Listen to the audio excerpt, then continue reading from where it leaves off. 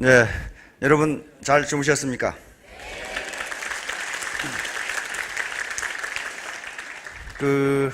어제 이 기간이 굉장히 짧았는데도 무려 10팀이 나오셔가지고 퍼포먼스를 하시는 걸 보고 아주 큰 감명을 받았습니다.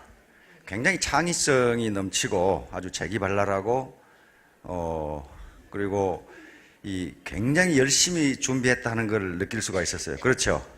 예. 그런 마음가짐으로 사업을 하시면 반드시 성공하실 수 있습니다. 왜냐하면 그런 아이디어가 갑자기 나오는 게 아니고요. 몰입을 하면 나옵니다. 몰입이라는 게 창의성이라는 게 있죠. 지금 시중에 가면 어린애들 창의성 개발한다고 학원이 무지무지하게 많은데 정신분석학자들의 연구에 의하면 창의성을 발휘하는 데는 두 가지밖에 없어요. 두 가지 조건이 있습니다. 창의성을 발휘하는 데 두 가지 조건인데요. 창의성, 크리에이티비티라고 그러죠. 하나는 수용이고요. 하나는 수용. acceptance, 수용하는 겁니다. 또는 reception, acceptance 또는 reception입니다. 또는 reception. 그러니까 기존의 지식을 받아들이는 걸 수용이라고 그래요. 기존의 지식이라는 게 뭐였어요? 상대방이 이야기하는 것, 현재 나와 있는 책, 현재 나와 있는 영상, 이게 기존의 지식이에요. 그러니까 과거의 지식을 받아들이는 것, 그러니까 과거의 지식을 아는 것. 다시 말하면 내가 새로운 기계를 만들려면은 현재 기계가 어떤 상태인가를 알아야 된다, 그런 말이에요. 지금 그걸 모르고 어떻게 가만히 있는데 무슨 놈의 창의성이 나옵니까? 안 나옵니다. 그래서 기존의 지식을 먼저 받아들이고 또 누가 얘기하는 것을 수용입니다. 받아들이는 거예요. 그걸 거부하면은요, 남의 말을 안 들으려고 하면은 내가 최고야, 나는 모르는 게 없어, 그러면 창의성이 절대로 안 나옵니다. 어린애가 하는 말도 받아들이면 거기서 창의성이 나오는 거거든요. 창의성을 발현할 수 있는 첫 번째 조건은 받아들이는 거예요. 남의 의견을 받아들이고 현재 있는 책을 받아들이고 간판을 보고 받아들이고, 두 번째는 몰입입니다. 몰입이요. 디보션이라고 할 수도 있고, 몰입 또는 커미트먼트. 그러니까 이 기계가 지금 성능이 불편하다 그러면 이걸 어떻게 개선할 수 있을까 하고 거기에 몰입하지 않으면요, 결코 창의성이 안 나와요. 그걸 계속 생각하면, 그래서 어떤 사람들은 화장실에 가면 생각이 잘 난다는데, 계속 생각하다가 우연히 화장실에 생각나는 것이지 그 화장실에 가니까 생각난 것은 결코 아니에요. 그래서 어떻게 하면 창의적으로 사업을 할 수 있을까 하는 것도요, 그걸 계속 몰입해 생각하면, 그리고 기존의 스폰서라든가 파트너라든가 여러 이 형제 라인의 사람들의 의견을 들으면요, 듣고 그럼 이걸 어떻게 개선할 것인가 생각하시면 아이디어가 나옵니다. 창의성 별거 없어요. 그거 책 보고 한다고 창의성 안 나옵니다. 그거 전혀 안 나와요. 자, 그리고 어제 승급하신 분들이 스피치를 하셨는데요, 이 셀즈 마스터 그리고 샤론 노즈 마스터는 한 분 나오셨죠? 그런데 누가 정해진 시간 내에 하고 싶은 메시지를 가장 강력하게 전달했습니까? 샤론이 그랬죠? 요리는 할 줄 몰라도 맛은 알아요. 그렇죠? 네, 맛은 아는 거거든요. 그분은 어떻게 했습니까? 이 군더더기 말씀을 안 했어요. 주변 얘기라든가 어떤 과정 설명을 안 하고 핵심적인 얘기를 마치 군대 행진하듯이 그냥 팍팍팍팍팍 하면서 그래서 메시지가 우리 사업자분들이 듣고 싶은 메시지를 전달하신 거예요. 그분이 무슨 웅변가도 아니고 집에서 남편분이 공무원이시고 집에서 뭐 큰 경제적 어려움 없이 전업주부를 하셨다 그랬어요. 그렇죠? 그랬는데 어떻게 했습니까? 황골 탈 때 도전을 했죠. 도전을 했어요. 어떻게 내가 라인을 넓히고 사업을 확장할 수 있을까? 바로 뉴스에 나오는 멘트 하나를 외웠다고 그랬습니다. 그래서 말을 붙여서 부정적인 놈은 제하고 긍정적인 놈, 아니지 화장품이니까 놈은 아니겠고 니은 얘기했지만은 그게 지혜이고 용기예요. 왜냐하면 그게 파레토 법칙이거든요. 파레토 법칙은 8대2 법칙입니다. 10명한테 얘기하면요 8놈은 부정적이에요. 2명 건지면요 굉장히 성공적인 겁니다. 그건 낙심할 필요 없어요. 내가 말을 잘못하면 그렇지가 않아요. 세상 자연 이치가 그래요. 자연 법칙이 그래요. 8대2 법칙입니다. 파레토는 이태리의 경제학자하고 수학자하고 철학자인데요. 당시에 이태리의 토지를 누가 가지고 있는가를 조사해 봤더니 20% 사람들이 80% 토지를 가지고 있었어요. 그러니까 20% 사람들이 80%의 재산을 가지고 있었어요. 그럼 이태리만 그런가 하고 전 유럽을 다 조사해 보니까 전 유럽이 다 그래요. 그래서 우연히 자기 정원에 있는 완두콩을 조사해 보니까 완두콩 꼬투리 20%가 80%의 알을 가지고 있어요. 그러니까 뭐예요? 이게 자연법칙이에요. 식당 10개 개업하면요 2개 성공하면 많이 한다고 합니다. 한 개 정도밖에 성공 못해요. 그 8대2 법칙이에요. 그러니까 10명을 접촉해 가지고 2명이 포지티브한 반응을 보이면요 매우 성공적이고 쪽팔릴 필요 전혀 없습니다. 그래서 그분은 그렇게 해서 사업을 현재 이렇게 넓혀가고 있고 내 꿈이 뭐라는 걸 분명히 얘기했어요. 그걸 듣고 싶거든요. 그렇죠? 이 프레젠테이션을 잘하려면요 그냥 되는 게 아닙니다. 프레젠테이션을 준비를 해야 돼요. 프레젠테이션에 따라서 고객을 잃기도 하고 얻기도 하고 그렇게 되거든요. 그러면 프레젠테이션을 잘하는 데는 4P라고 하는 원칙이 있습니다. 요걸 안 하고 자기가 프레젠테이션을 잘한다고 생각하면요 큰 착각이에요. 이건 누구나 그랬습니다. 누구나. 먼저 플래닝입니다. 플래닝 계획이에요. 계획이거든요. 그러니까 내가 세일즈 마스터 또는 샤론 로즈 마스터에서 이 메시지를 전달해야 되겠다. 그런데 정해진 시간은 3분밖에 되지를 않는다. 그렇죠? 그러면 내가 전달하고자 하는 핵심 내용이 요거니까 요걸 해야 되겠다고 계획을 세워야 돼요. 두 번째, 계획을 세웠으면 준비를 해야 돼요. preparation. 준비를 해야 된다. 준비는 자기가 원고를 써보든가 원고를 쓸 시간이 없으면 개조식으로라도 딱딱딱딱 이렇게 해서 준비를 해야 됩니다. 준비를 한 다음에는 세 번째는 연습을 해야 돼요. practice. 연습을 해야 되고 그 다음에 연습을 한 다음에 이제 프레젠테이션 프레젠테이션 발표. 어제 발표를 하셨잖아요. 전부 여기서 스피치 하는 것도 발표고 이 과정을 안 거치면요 천하 없어도 못합니다. 왜냐하면 시간이 3분으로 정해져 있으니까 그래요. 그러니까 이걸 준비를 안 하면 어디서 말을 끊을지를 모르니까 그리고 또 하다가 마이크가 꺼져버려. 준비를 안 했거든요. 여기서 연습을 한다는 건요 무슨 얘기냐면요 자기가 준비를 한 것을 실제로 말을 해봐야 됩니다. 타임워치를 가지고 말을 해봐야 돼요. 그래야 이게 3분 내에 되는가. 만약에 더 길어지면 요걸 빼야 되겠다. 요건 핵심이 아니고 군더더기다. 이렇게 하셔야 됩니다. 자기가 가용한 시간의 길이에 따라서 준비를 하고 연습을 하고 프레젠테이션을 해야 되니까 이렇게 하셔야 돼요. 안 그러면 서론 얘기하다가 기차 다 떠나고 없어요. 이제 서론 얘기하다가. 여러분 윈스턴 처칠이라고 아시죠? 연설을 굉장히 잘했던 분인데요 그분이 처음부터 연설을 잘한 게 아니고 그분은 S 발음이나 Z 발음 이런 발음을 못한답니다. 그래서 그분이 연설을 하면은 청년 시절에 연습을 하면은 저놈이 술 취했나 그런데요 우리 술 취해가지고 혀꼬부라진 소리 있죠? 그런 비슷하대요. 그래서 그분 얼굴을 안 보고 그분이 하는 연설만 들으면 저 사실 술 취했구만 이렇게 생각하는 거예요. 그런데 얼마나 연습을, 그분이 늘 하는 얘기가 뭐냐면은 그 공부 더럽게 못했거든요.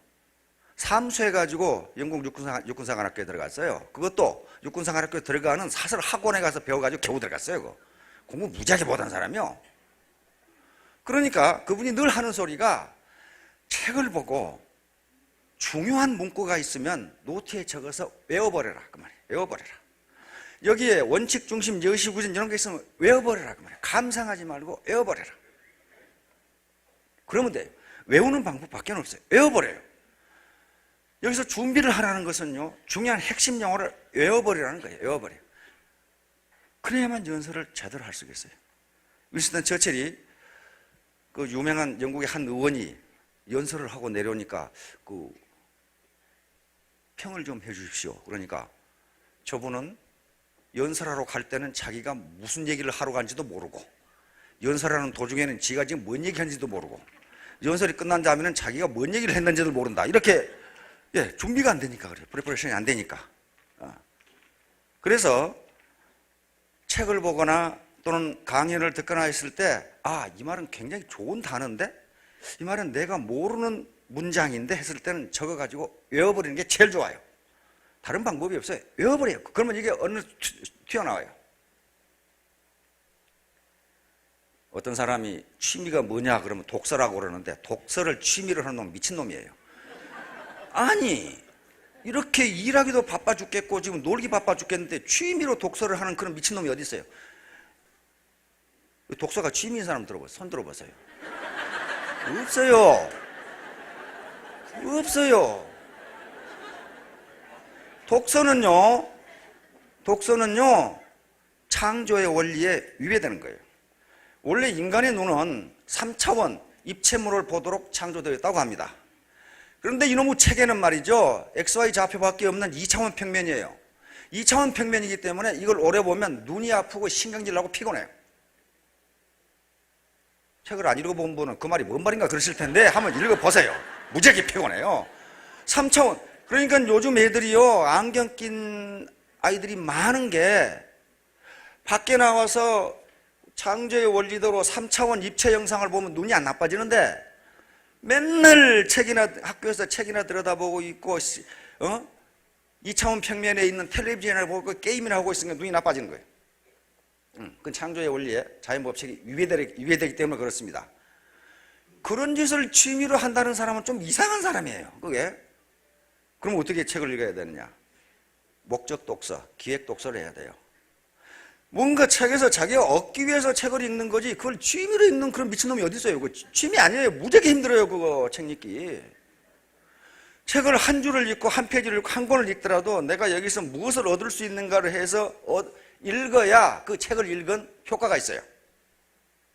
책을 100권을 읽어도요, 취미로 읽는 사람은요, 머리에 든 게 하나도 없어요. 그 취미로 했기 때문에 그래요. 결코 책은 취미로 읽을 성질의 것이 아닙니다. 눈만 나빠지고 성질만 나요. 왜? 2차원을 계속 보고 3차원 입체 영상을 보면 눈이 피곤 안 해요. 여러분, 들에 나가서 나무 보면 눈 피곤합니까? 아니요. 입체를 보니까 피곤하지 않아요. 평면에 있는, XY 좌표에 있는 평면 책을 보거나 텔레비전 보면 눈이 피곤해요. 그렇게 창조가 안 됐거든요. 그래서 반드시 책을 한 줄 읽을 때는 기획 독서를 하세요. 어제 내줬던 팜플렛을 볼 때도 그걸 취미로 읽지 마시고 좋은 문장이 있으면 외워버리라 그 말이에요. 외워버려요. 외워버리면 자신도 모르게 튀어나와요. 튀어나옵니다. 그렇게 하시기 바랍니다. 아시겠죠? 영국이 히틀러가 침공을 해가지고 거의 망할 일보 직전에 있었습니다. 왜 그러겠어요? 프랑스 일주일 만에 망했지, 벨기에 망했지, 네덜란드 망했지, 다 망했죠. 완전히 유럽을 석권하고 영국만 남았어요. 그런데 그 당시 히틀러의 독일 국방군은 무적이었거든요. 무적. 영국은 지금 영국 혼자 감당하기가 힘들어요. 누구를 끌어들여야 이길 수 있습니까? 미국을 끌어들여야 돼요. 미국은 그 당시에 유럽에서 죽기 싸우는데 우리가 괜히 우리 젊은이가 가서 비울 게 뭐 있어? 이러고 앉아 있었어요. 다시 말해 고립주의였어요. 처칠이 미국의 루스벨트를 설득하지 못하면요, 영국은 폐망 일보 직전에 있었어요. 독일 국방군에 밀려가지고, 독일 또 괴링이 지휘하는 공군에 밀려가지고 어떻게 루스벨트를 설득할 것이냐. 루스벨트. 그런데 그 영국이 망하기 일보 직전까지 있었는데도 런던은 계속 독일 공군의 폭격을 받았죠. 폭격을 받았는데 처칠은 역시 리더는 그렇게 해야 됩니다. 자기가 폭탄에 맞아 죽을지도 모르는데 런던을 떠나지를 않았어요. 그것도 자기 혼자 그런 것이 아니라 부인과 함께 떠나지 않았어요. 지하 벙커에서 대영 제국의 자유세계 전쟁을 지휘했어요. 그래서 자꾸 밑에 강요들이 피하라고 그랬어요. 폭탄이 계속 떨어지니까 수상에 맞아 죽어버리면 안 되잖아요, 지금. 그런데 안 피했어요. 그게 리더예요. 위험할 때 국민들과 자기 파트너 폴로워들과 같은 이슈에 있는 거, 이게 리더란 말이에요. 이게 리더예요.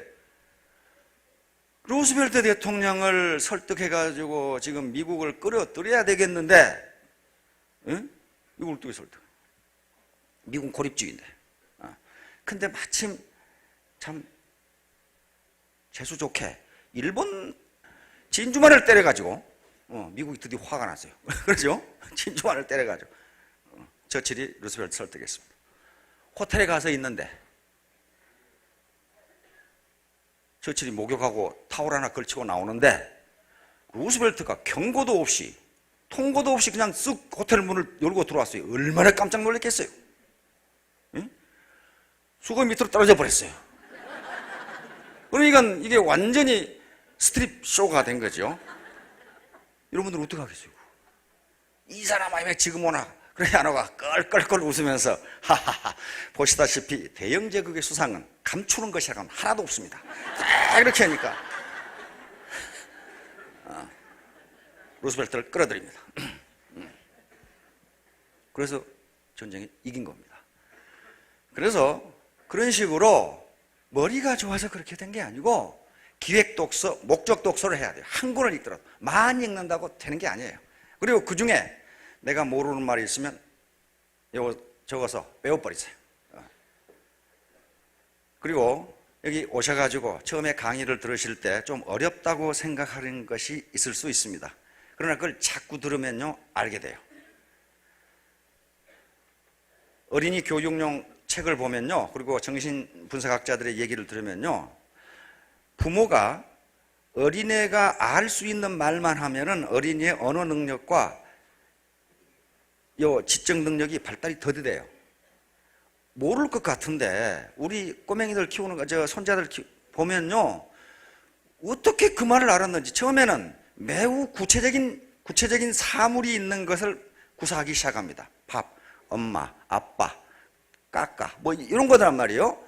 그러다가 엄마 아빠가 하는 대화를 듣고 추상적인 개념을 이야기하기 시작해요.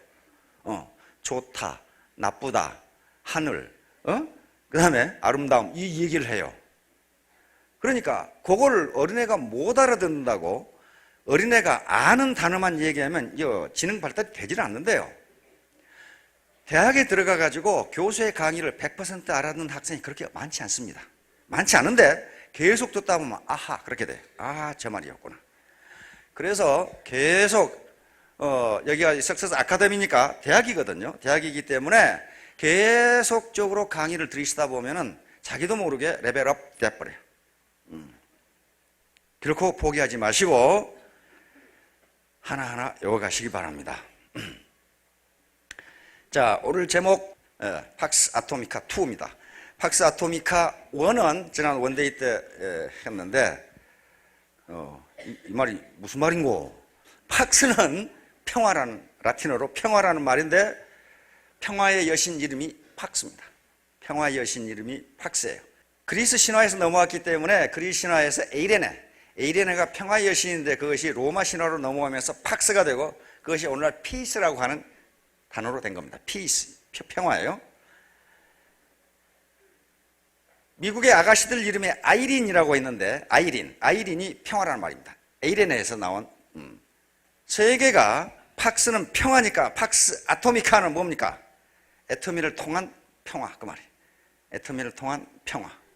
가정의 평화, 사회의 평화, 우리 부모의 평화, 우리 가족의 평화, 이웃의 평화, 사회의 평화, 애터미를 통한 평화.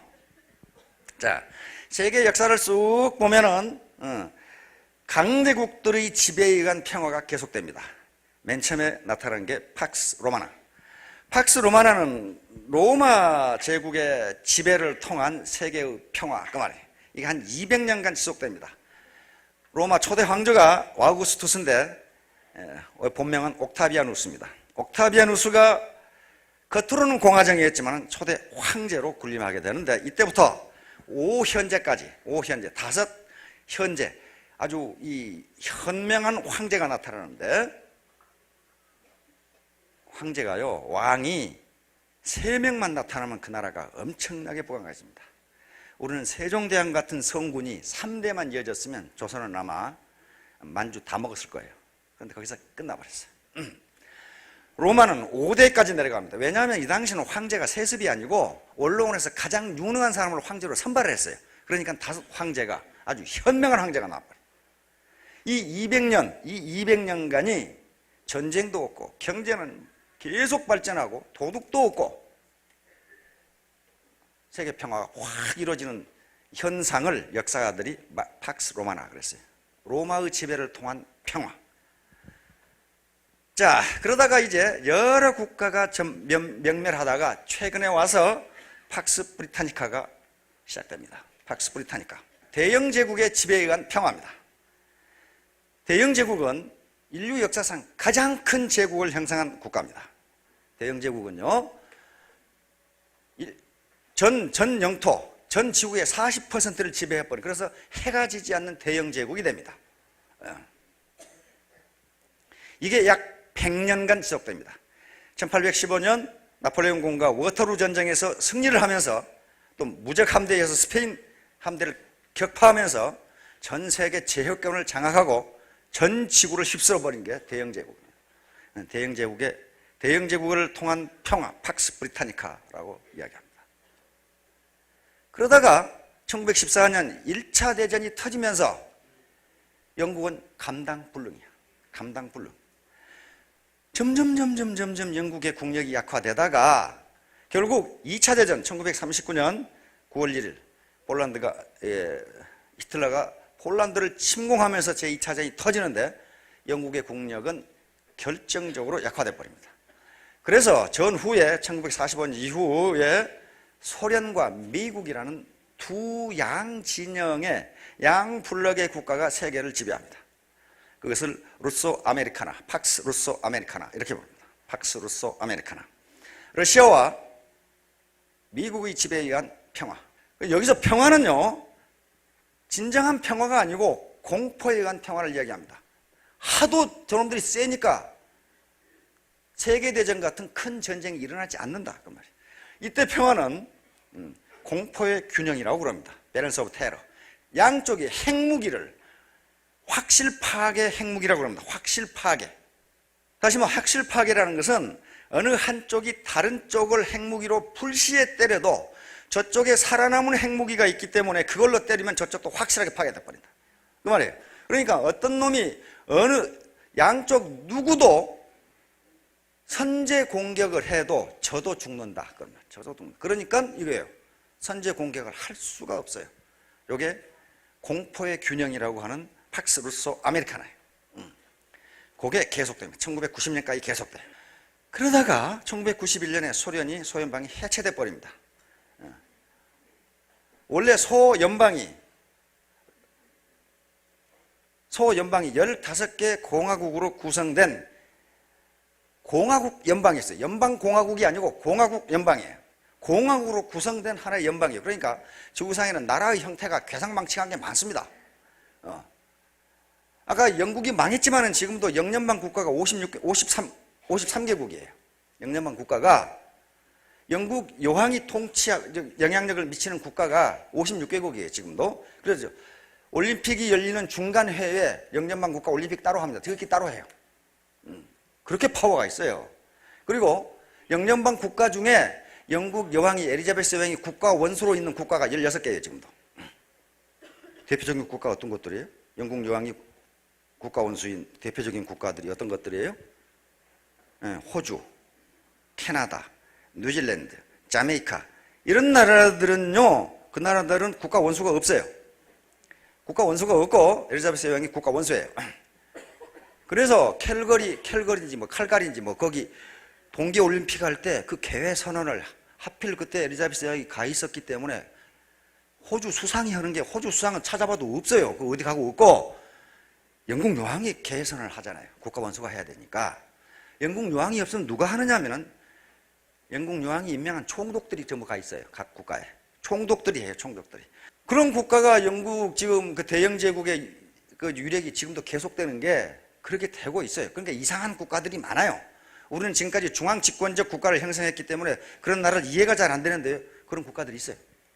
자, 그래서 91년에 소련이 해체되면서 이제 유일 초강대국인 팍스 아메리카나, 미국만 남습니다. 미국은 사실상 아메리칸 엠파이어라고 합니다. 미국 제국이라고 통상 불려요. 정치학자들은. 제국이거든. 세계를 다 지배해요. 호르무즈 해협을 이란이 봉쇄하겠다고 그러니까 거기 군함 파견한 나라가 미국밖에 없어요. 우리가 군함을 파견하겠어요? 안 됩니다. 세계를 지배하고 있기 때문에 미국이 해야 돼요. 미국이. 자, 팍스 아메리카나. 그래서 미국의 지배가 1991년 이후에 단독 지배가 계속됩니다. 계속되는데 지금 쌍둥이 적자 때문에 미국이 지금 비실비실하고 있어요. 무역 적자, 그리고 재정 적자. 연방 공무원들에게 연방 정부가 국채를 발행해서 월가에 팔지 않으면요, 연방 공무원을 봉급을 못 줘요. 돈이 없어. 거치는 세금은 조금인데 쓰는 세금이 재정 적자가 무려 1조 3천억 달러니까. 그런데 무역 적자도 어마어마하게 커요. 무역 적자도 1조가 넘어가. 무역 적자도. 그럼 무역 안 하면 수입 안 하면 될 거 아니냐? 그렇게 안 돼요. 왜냐하면 미국이 물가가 제일 싸요.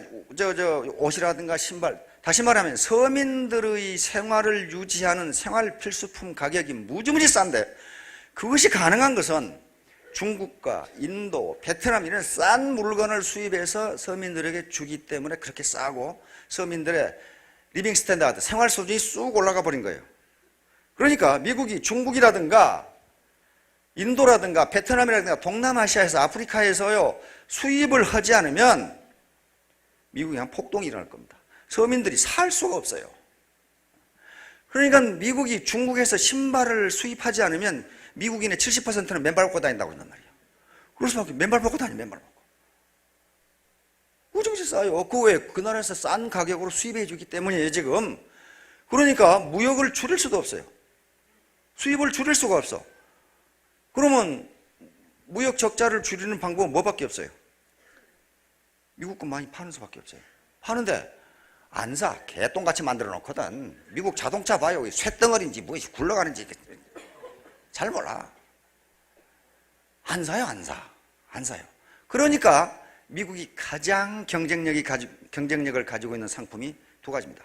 서비스하고 농산물. 소고기. 우리는 뭐 소 10마리 키우는데 한 마리가 죽었다 그러는데 거기는요, 소 키우는 사람 한 사람이 80만 마리씩 키우고 있어. 그걸 어떻게 경쟁을 하나, 그걸. 거기다가 추럭이 가면서 소밥을 줘, 이렇게.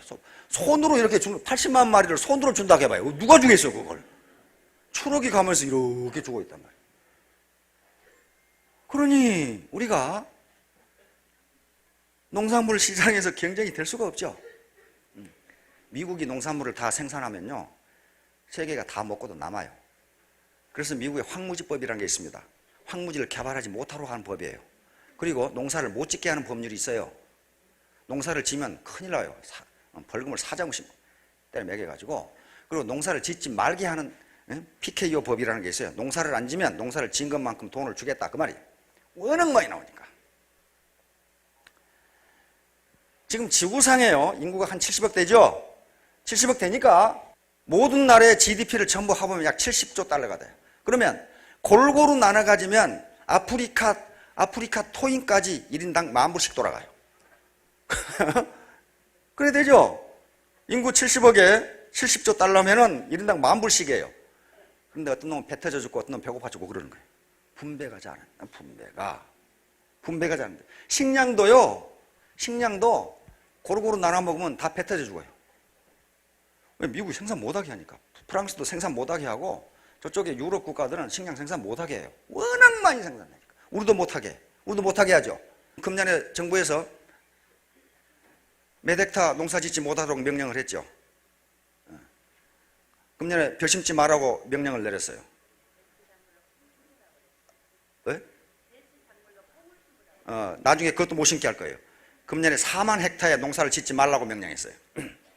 왜? 쌀이 너무 많아, 너무 많아요. 배추도 지금, 그래서 배추라든가 채소도 정부에서 통제하겠다고 그랬죠. 워낙 많이 심어가지고 이게 되질 않아요. 값이 폭락을 해가지고. 이게 경제 원리거든요. 하여간에 이렇게 돼서 이제 미국의 시대가 가고 중국의 시대가 올 것이다. 그게 팍스 시니카입니다. 중국을 지배한 세계평화, 팍스 시니카. 과거 동양에서 중국은 한나라, 송나라, 당나라, 명나라, 청나라 전부 동양을 지배하면서 팍스 시니카를 이루었습니다. 그런데 이 팍스 시니카가 전 세계적으로 퍼질 것이다. 그렇게 이야기하거든. 그런데 그럴 것 같지는 않아요. 그럴 것 같지는 않아. 왜냐하면요, 세계를 지배하려면은 그 나라 국민의 스탠다드가 세계 수준으로 올라가야 됩니다. 올라가야 돼요. 즉 문화 수준이 세계 수준으로 올라가야 되는데 중국에서 오신 분 없죠? 중국인들의 수준은요 세계 수준이 아니라 세계 밑바닥 수준이에요. 힘이 세다고 해서 사회를 지배하거나 세계를 지배하는 게 아니에요. 그래서 말은 팍스 시니카가 될 것이다 그러는데 제가 보기엔 안 될 것 같아요.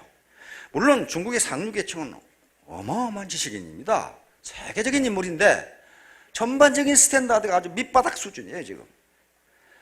그래서 앞으로는 팍스 로마나 팍스 브리타니카 그리고 팍스 아메리카나처럼 한 국가가 정치, 경제, 문화, 사상, 지식, 종교까지 다 지배하는 그런 팍스 시대는 오지 않을 것이다.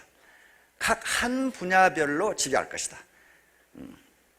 그러면 이제 팍스 코리아나가 와야 되겠죠. 네, 팍스 코리아나. 현재 대한민국만 가지고는 그렇게 하기 어려운데 통일 한국이 되면 그렇게 될 수도 있다. 7천만 인구에 22만 평방킬로미터면 영국 본토하고 맞먹습니다. 영국 24만 평방킬로미터니까. 그러나 한 국가가 정치, 경제, 사회, 문화까지 다 지배할 수는 없기 때문에 팍스 코리아나는 각 분야별로 지배. 지금 K-팝이라든가 한류는 팍스 코리아나입니다. 그렇죠? 계속 그거 보면은 뭐 남미까지 가서 난리 법석을 띄고 있대. 심지어는 저쪽에 히잡을 쓴 아라비아도 한류가 넘친단 말이에요.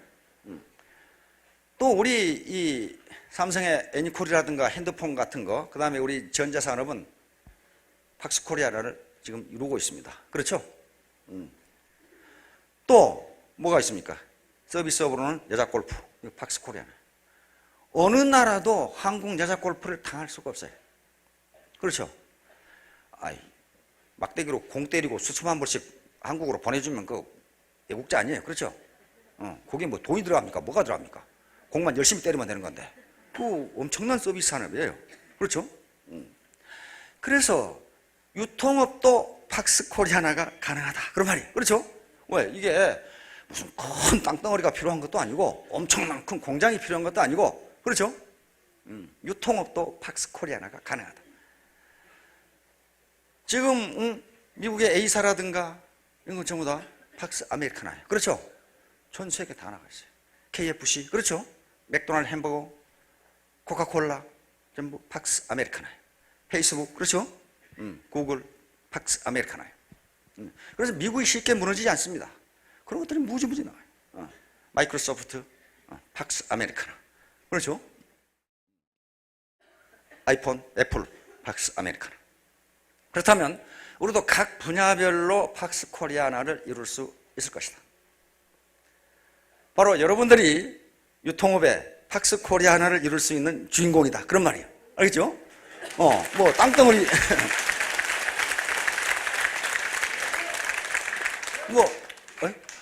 큰 공장이 필요한 것도 아니고 넓은 땅덩어리가 필요한 것도 아니고 뭐만 있으면 됩니까? 몸뚱아리만 있으면 돼요. 몸뚱아리. 거기에 머리만 달려 있으면 돼요. 근데 머리를 모자 쓰는 데만 써서는 안 된다 그런 말이에요 지금. 물론 모자 쓰는 데도 써야죠. 그렇게 되면 애터미를 통해서 팍스 아토미카, 팍스 아토미카, 애터미를 통한 평화 그 말이에요. 애터미를 통한 평화, 라틴어로 발음하면 아토미카 이렇게 된단 말이에요.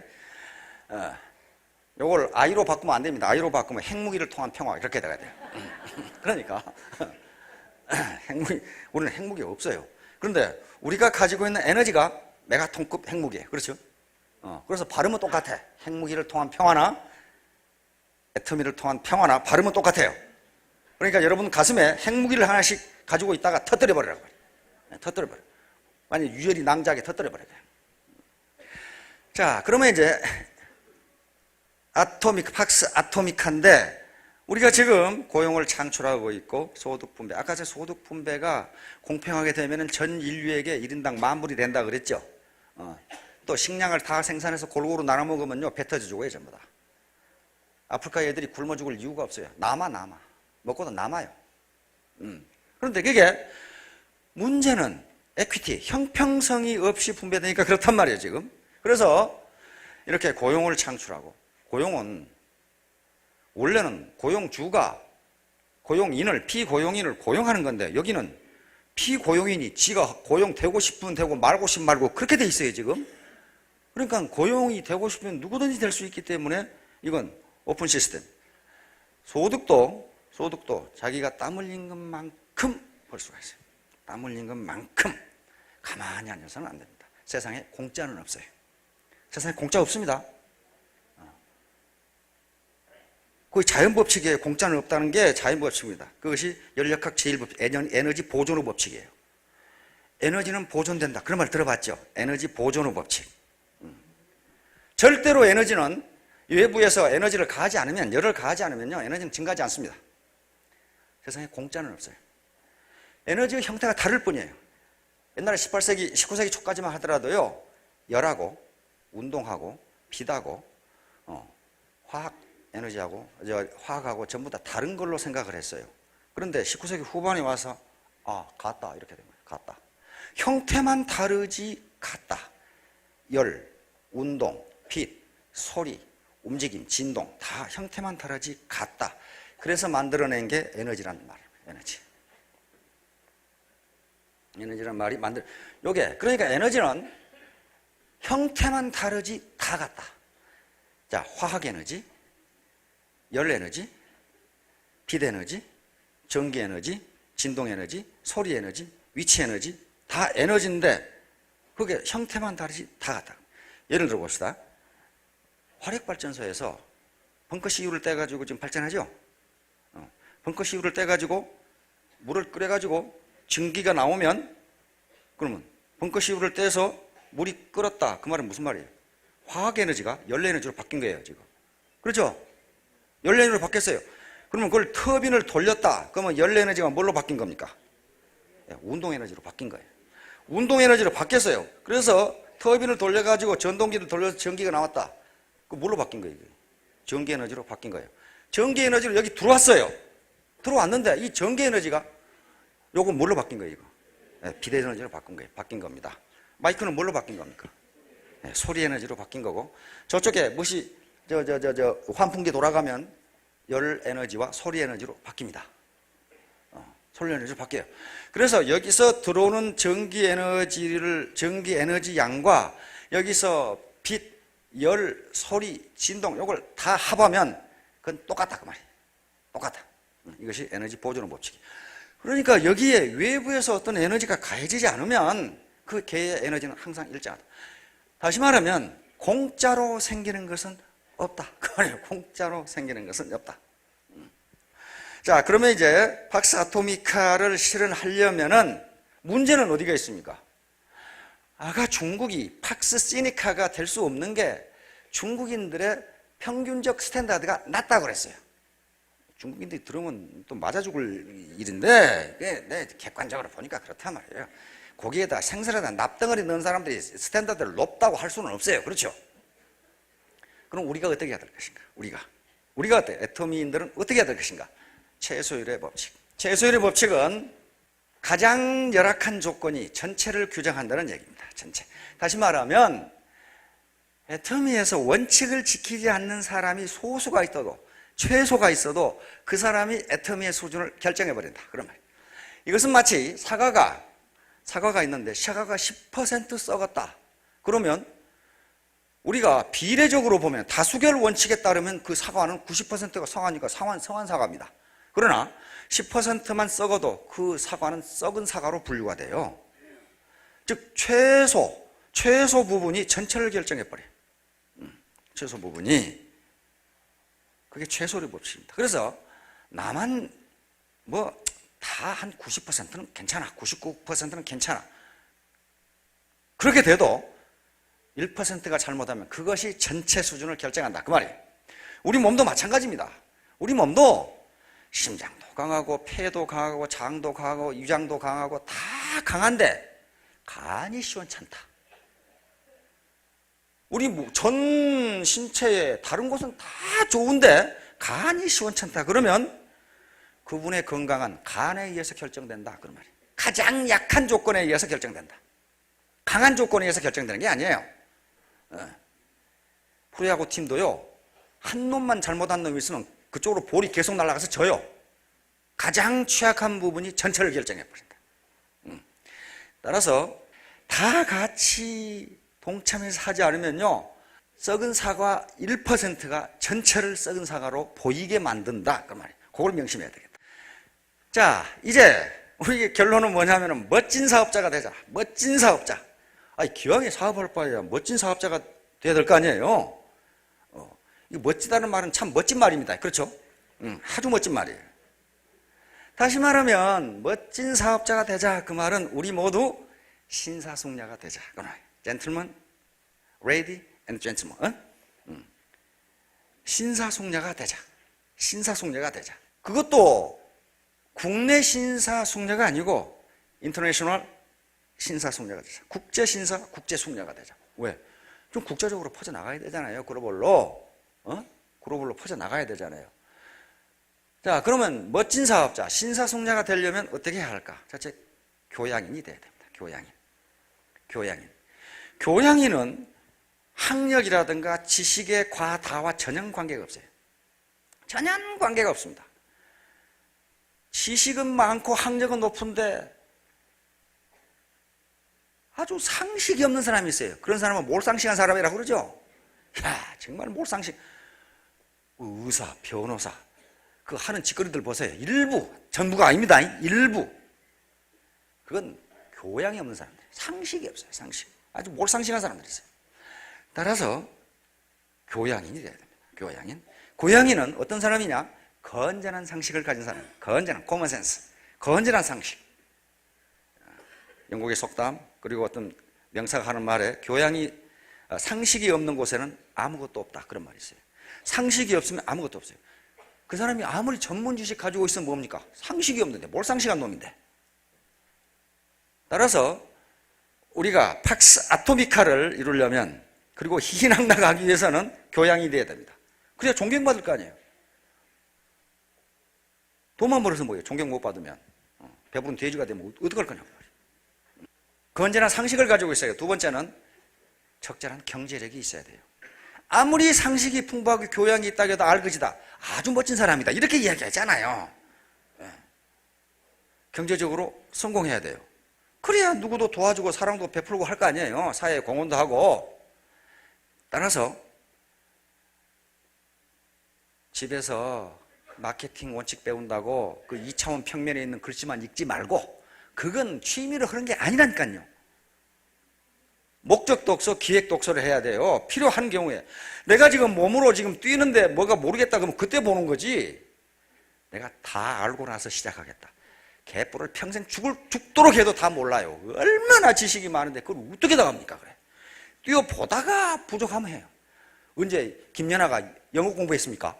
스케이트 타다 보니까 외국에 돌아다니니까 영어를 안 하면 안 되겠길래. 그건 아니에요. 박지정이 영어 무지하게 잘합니다. 거의. 왜요?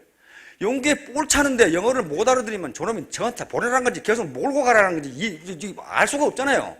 그러니까 배운 거란 말이에요. 몸으로 뛰다가 필요하니까 배우면 그게 진짜 공부예요. 공부 다 해가지고 뛰려고 하면 안 돼요. 자, 그 적절한 경제력이 있어요. 반드시 성공하셔야 됩니다. 알겠죠? 반드시 성공하셔야 돼요. 나를 위해서, 가족을 위해서, 이 국가를 위해서, 사회를 위해서 반드시 성공하셔야 돼요. 그 결심하실 수 있죠? 자, 경제력이 있어야 되고 반드시 성공하셔야 돼요. 사랑하는 사람을 위해서 반드시 성공해요. 인자 필용이라는 말이 있습니다. 인자 여기서는 인은 사랑이라고 보셔도 됩니다. 사랑이 있는 사람은 반드시 용기가 있다. 공자님 하신 말씀이 논에 있는 말씀입니다. 인자 필요. 인을 어떻게 해석할 것이냐 하는 것은 공자님 다 해석해 놨는데, 번지라는 사람이 공자님, 선생님, 인이 뭡니까? 그러니까 인은 애인이다 그랬어요. 애인이다. 애인이 뭡니까? 사랑하는 사람. 우리말로는 그러는데 앞에 이 애가 동사입니다. 뒤에 사람이니까 명사고 사람을 사랑하는 것, 이게 인이다 그랬어요. 이는 나를 말고 이는 다른 사람을 이야기합니다. 자기는 기라고 이야기하고 이는 다른 사람을 사랑하는 것, 이게 인이다 딱 설명을 해요. 그러니까 가족에 대한 사랑, 부모에 대한 사랑이 있으면 반드시 뭐가 있다? 용기가 있다. 용기가 없는 사람은 내 안에 사랑이 없는가 보다, 그렇게 생각하셔도 돼요. 이 자식을 학교 보내야 되고 부모님 봉양해야 되는데 내가 실패하면 어떡하겠어요? 그렇죠? 그건 사랑이 없는 거예요. 그래서 반드시 경제력을 갖추기 위해서는 성공하셔야 됩니다. 반드시 성공하세요. 이건 성공해도 되고 안 해도 되고 그게 아닙니다. 아무리 교양이 있고 상식이 많아도 알거지를 참 멋진 사람이다 이렇게 이야기하지는 않아요. 어떻게 멋지겠어요 그게. 근데 품위 있는 매너와 에티켓을 가져야 된다. 왜? 리더이니까. 또 인터내셔널 젠틀맨 앤드 레이디스니까. 한국 스탠다드, 코리안 스탠다드 말고 코리안 스탠다드뿐만 아니라 인터내셔널 스탠다드, 글로벌 스탠다드의 매너와 에티켓을 가져야 된다. 알겠죠? 그래야 품이 있는 사업자가 될 수가 있습니다. 마지막으로 공헌하는 사업자가 된다. 나만 잘 먹고 잘 살겠다고 하면 절대로 그렇게 못 돼요. 그게 자연법칙이에요. 자연법칙입니다. 식물이 어우러져서 군락을 이루어야 그것이 수풀이 되는 거죠. 내 옆에 놈은 다 죽어라 하고 도끼를 발산하면 그놈도 죽어요. 그래서 내가 돈을 벌고 성공을 해서 내 파트너들 잘 살게 만들어줘요. 어제 정말 그런 스피치 했죠. 그분들 분명히 성공하십니다. 나 말고 우리 파트너들이 어려운 걸 내가 도와줘야 되겠다. 이게 공헌이에요. 공헌은 꼭 물질만 주는 게 아니고 저걸 기부라고 합니다. 재능 기부예요. 내가 알고 있는 걸 공짜로 주는 거, 이게 재능 기부라고 그래요. 또 지식 기부라고 그럽니다. 이 기부가 훨씬, 요즘 그런 거 많이 하죠. 미용사는 할머니들 머리 깎아드리고 그런 거 많이 기부하죠. 또 컴퓨터 하는 사람은 컴퓨터 가르쳐드리고.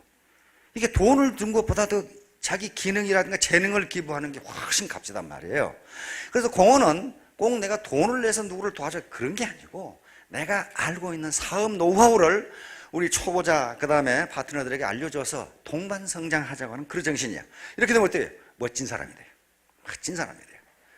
교양 있고 건전한 상식을 가지고 있고 적절한 경제력을 가지고 있고 그리고 인터내셔널 국제적인 매너와 에티켓을 가지고 있고 내가 공헌을 해야 되겠다고 하는 생각을 가지면 멋진 사업자가 되는 거 아니에요. 그런 사람은 어떻게 됩니까? 얼굴에 미소가 돋아요. 자, 다음. 그래서 고급 애터미 문화를 창조하면 그 스타트가 원칙 중심입니다. 원칙 중심으로 창조하면 멋진 사업자가 됩니다. 다음. 자, 그래서 이제 희희낙낙. 다시 말하면 희자는 무슨 희자예요? 즐거울 희자. 낙자는 즐거울 낙자. 즐겁고 즐겁게 사업하자. 이게 머리에 내천자 가지고 쓰고 사업하면요 돈도 안 벌린다고 그래요. 성공 전문가, 성공학자들이 쓰는 글을 보면요 인상 쓰고 사업한 사람은 절대로 성공 못합니다. 운이 오다가 나가버린대요. 우리 속담에 소문 만복내 그 말 있죠? 소문 만복내라는 게 무슨 말이에요? 웃는 집에는 만복이 들어온다 그 말 아니에요? 예, 정말 그렇습니다. 소문 만복내. 여러분들이 고객을 대할 때 웃는 모습으로 대하면은 리크루팅 돼요. 근데 무슨 말이지, 쥐똥 씹은 시어머니 얼굴로 대하면은 이게 잘 되겠냐 그 말이야 이게. 예? 소문 만복내, 희희낙낙이에요. 희희낙낙. 항상 그래서 얼굴에 미소가 잘 안 되는 분은 찌개를 하나 가지고 다니면서 여기다 이렇게 해가지고 이렇게. 관상학 책에 보니까요, 관상학 일종의 통계학입니다. 근데 이제 얼굴을 잘 못 그려가지고 이게. 예? 이렇게 생긴 하고,